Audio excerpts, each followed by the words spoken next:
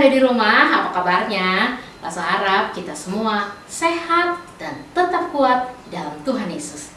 Ayo kita mulai ibadah kita pada pagi hari ini. Kita dengan sikap doa kita nyanyikan lagu Selamat Pagi Bapa.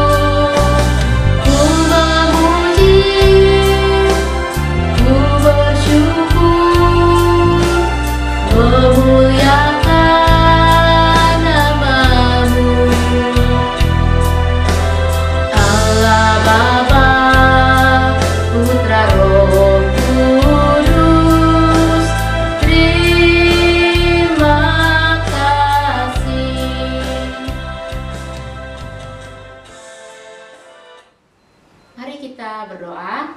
Tuhan Yesus, kami sungguh mengucap syukur untuk hari ini. Tuhan pimpin kami, Tuhan berkati kami, dan kami mengucap syukur untuk apapun juga yang Tuhan sudah buat dalam hidup kami. Tuhan, kami mau sekolah minggu, biarlah Tuhan pimpin kami dari awal hingga akhirnya nanti.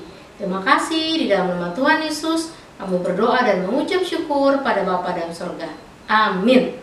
Nah, coba kita lihat ya di luar. Wah, langitnya cerah.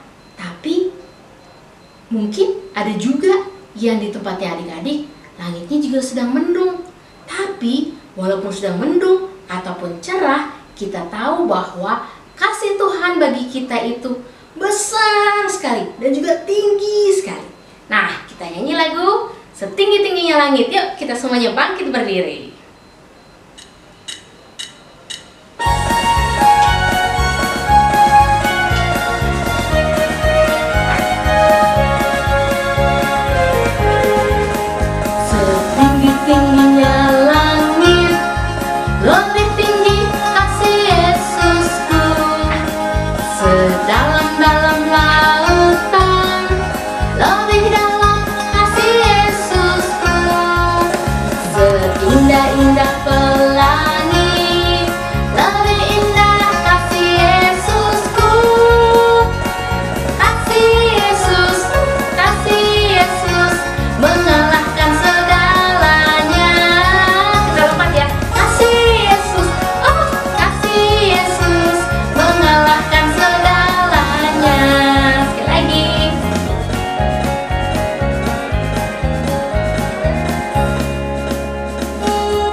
Tingginya langit, lebih tinggi kasih Yesusku. Sedalam-dalam lautan, lebih dalam kasih Yesusku. Seindah-indah pelangi, lebih indah kasih Yesusku. Kasih Yesus, lupa, kasih Yesus mengalahkan segalanya. Siap-siap, kasih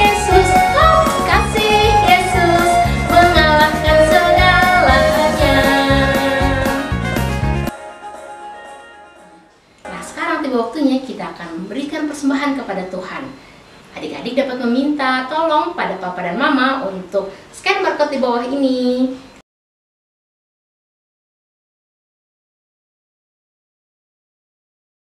Nah, untuk persembahkan persembahan kepada Tuhan dan kita memuji Tuhan dengan lagu bersyukur.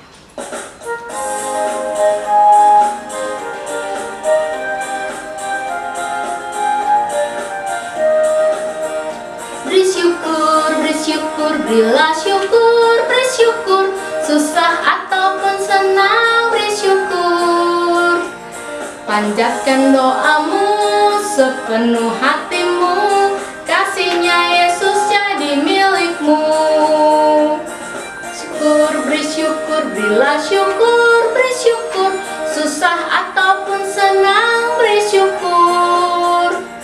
Panjatkan doamu sepenuh hatimu, kasihnya Yesus jadi milikmu. Nah, kita sekarang akan berdoa untuk persembahan ini. Semuanya kita lipat tangan dan tutup mata.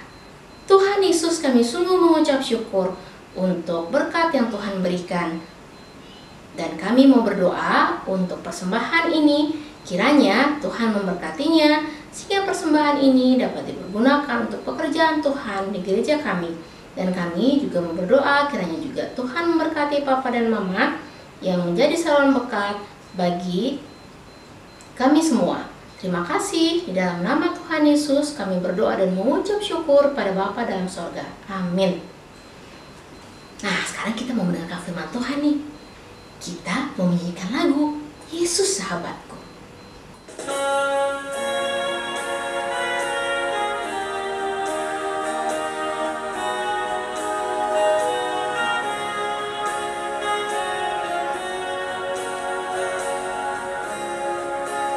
Yesus sahabatku, kau mati bagiku, besarlah kasih-Mu, sahabat dan Tuhanku, sampai ku besar nanti, sampai aku mati. Bukan ingat selalu Yesus sahabat dan Tuhanku.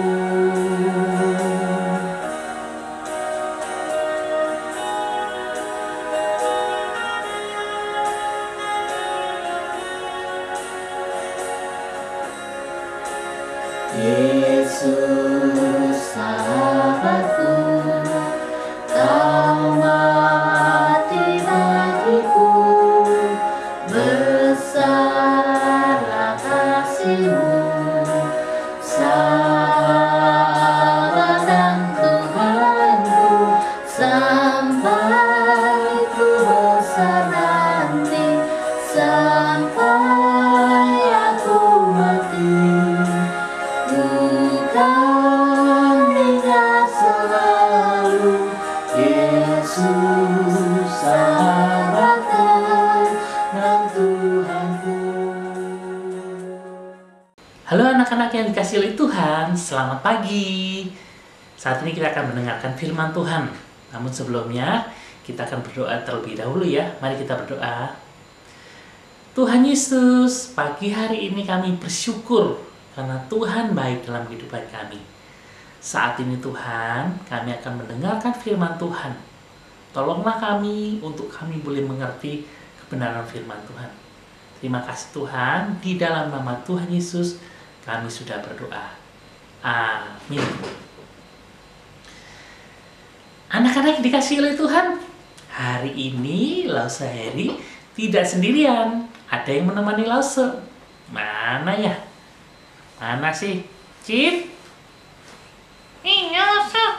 Mana kamu? Sepatu, masih pakai sepatu. Oh, dia masih pakai sepatu.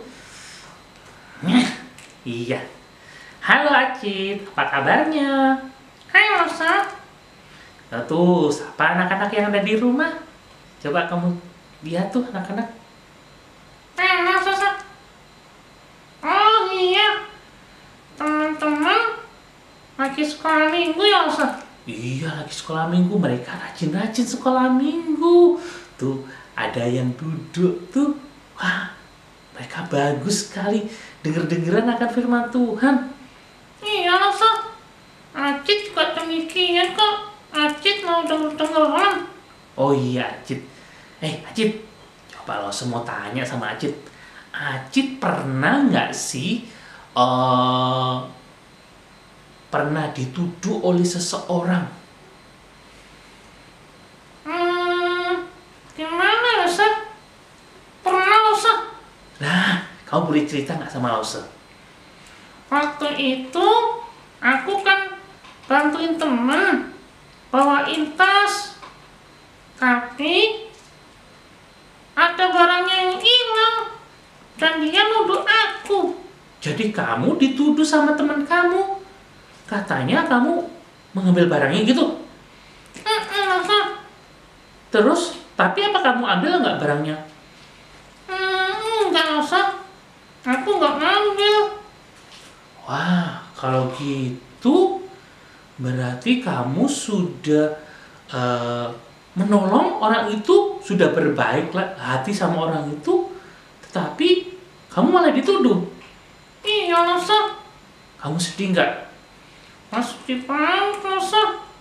Wah, kamu sudah berbuat baik, tapi orang itu tidak mempergunakan kebaikan yang kamu lakukan. Iya, Ustaz.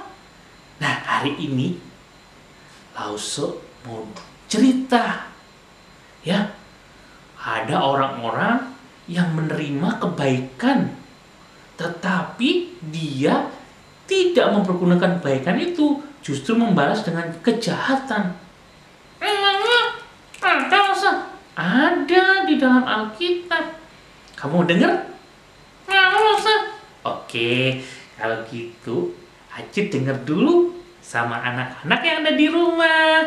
Ya, kita akan dengar ceritanya. Oke? Oke, Ustaz. Oke, Acit duduk dulu ya.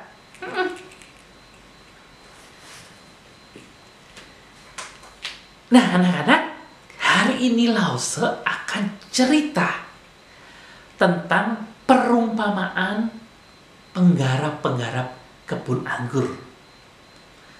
Oke, anak-anak, kira-kira anak-anak tahu nggak buah anggur? Coba, yang seperti ini nih buah anggurnya.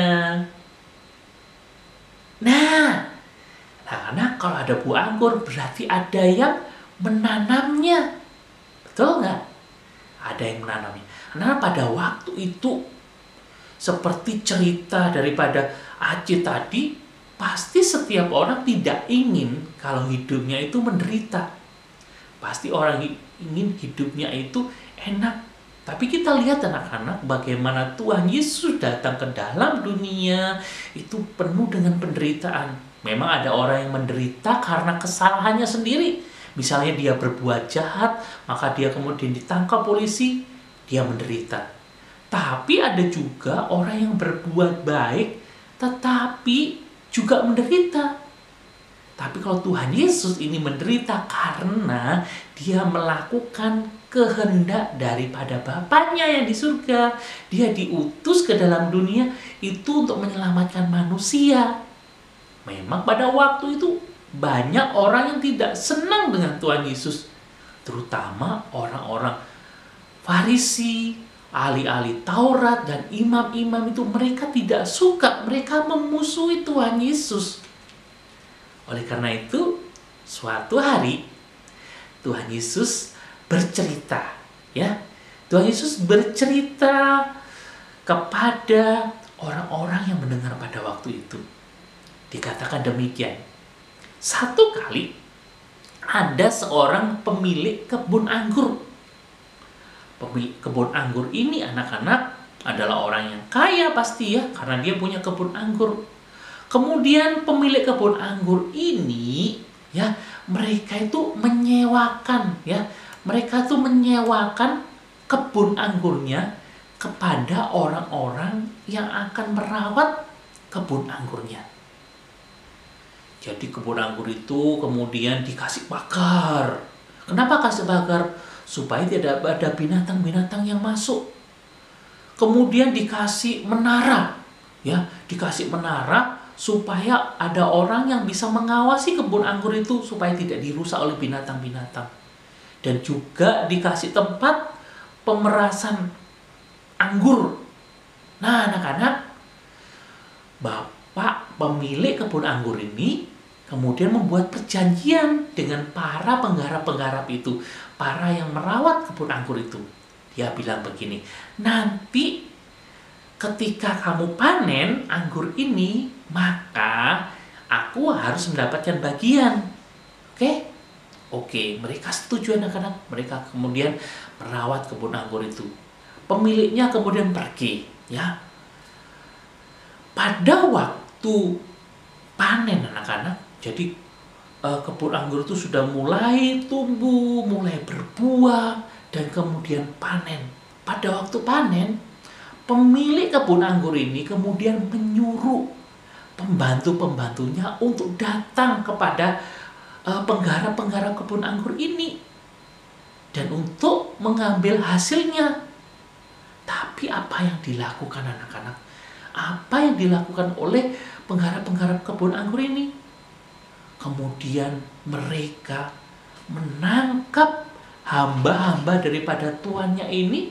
Kemudian apa yang dilakukan? Mereka memukulinya, mereka melempari dengan batu anak-anak.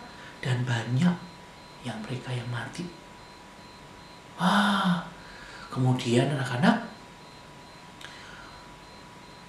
pemilik kebun anggur itu mengutus lagi hambanya yang lain, yang lebih banyak. Tetapi yang dilakukan oleh penggarap-penggarap kebun anggur itu tetap sama anak-anak. Mereka tangkap orang itu dan kemudian mereka memukulinya anak-anak. Dan ada yang meninggal. Anak-anak jahat banget ya. Padahal waktu mereka tidak punya pekerjaan, pemilik kebun anggur ini kemudian menyewakan ladangnya untuk mereka bisa bekerja.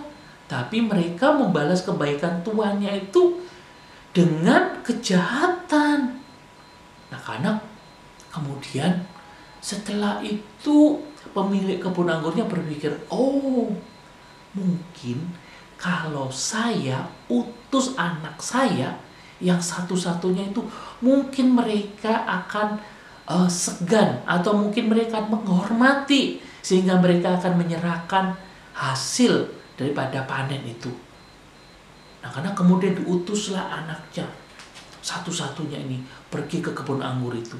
Pada waktu diutus pergi ke kebun anggur, kemudian para penggarap-penggarap itu sudah dilihat, itu anaknya pemilik kebun anggur. Pasti dia mau ke sini.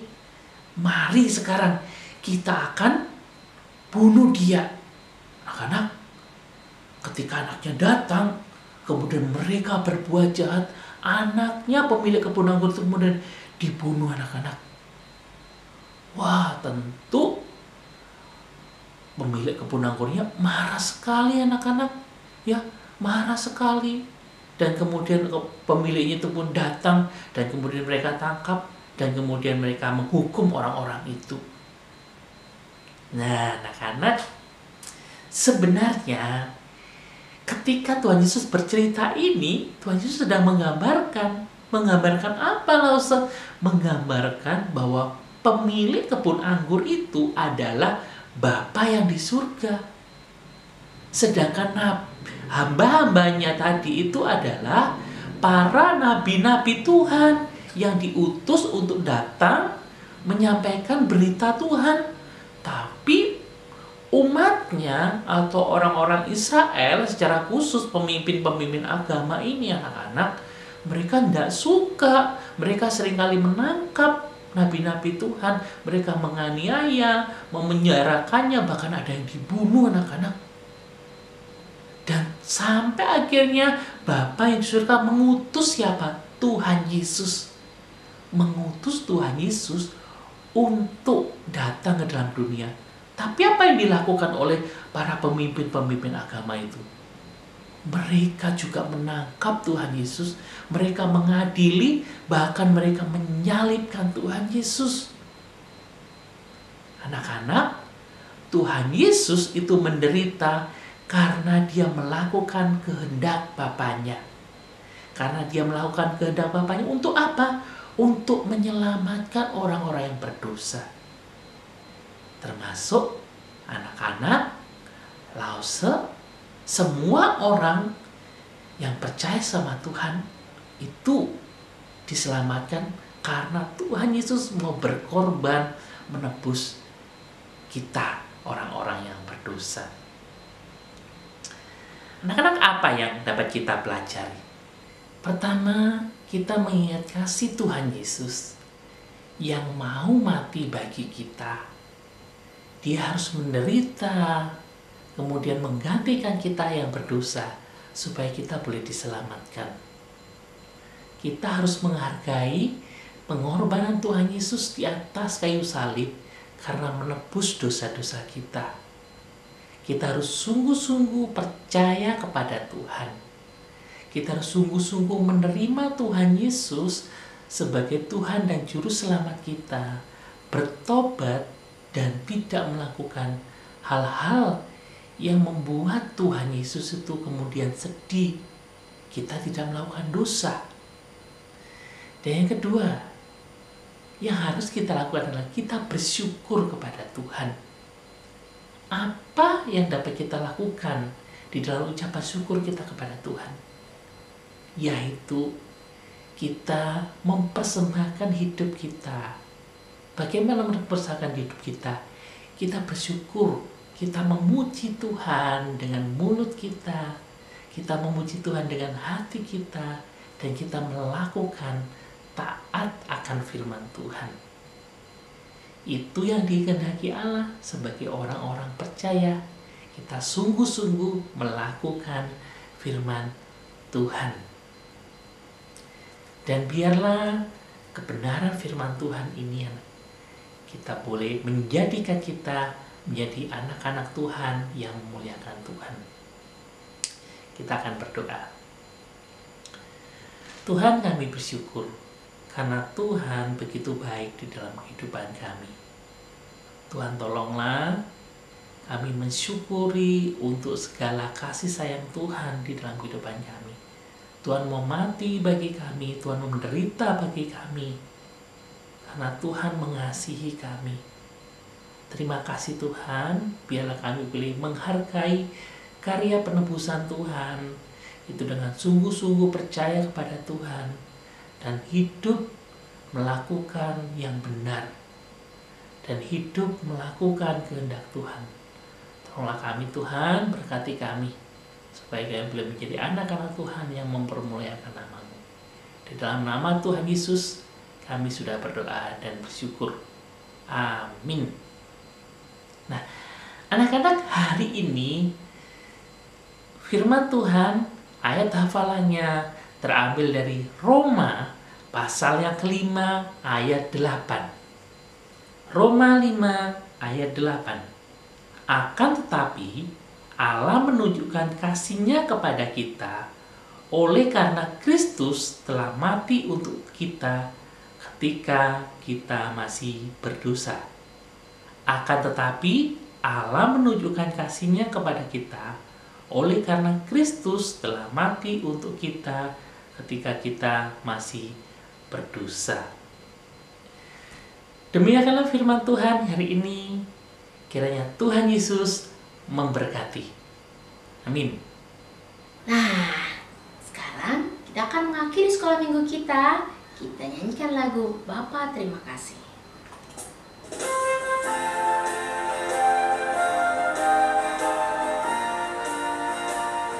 Dengan sikap doa, kita nyanyikan lagu ini.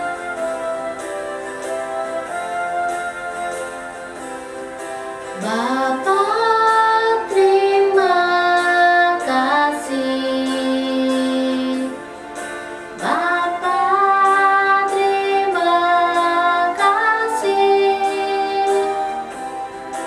Bapa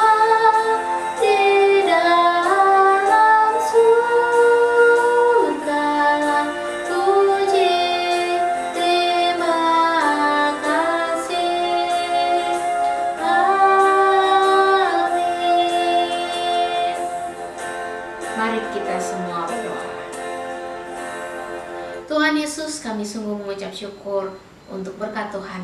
Terima kasih untuk pujian yang boleh kami sampaikan, juga untuk firman Tuhan yang boleh kami dengarkan.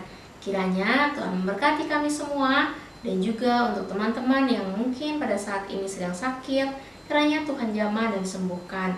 Terima kasih Tuhan Yesus, hanya di dalam nama-Mu kami berdoa dan menyerahkan sepanjang hari ini dan sepanjang minggu ini ke dalam tangan-Mu. Amin. Selamat hari Minggu adik-adik semuanya. Dadah, Tuhan Yesus memberkati. Sampai jumpa lagi minggu depan.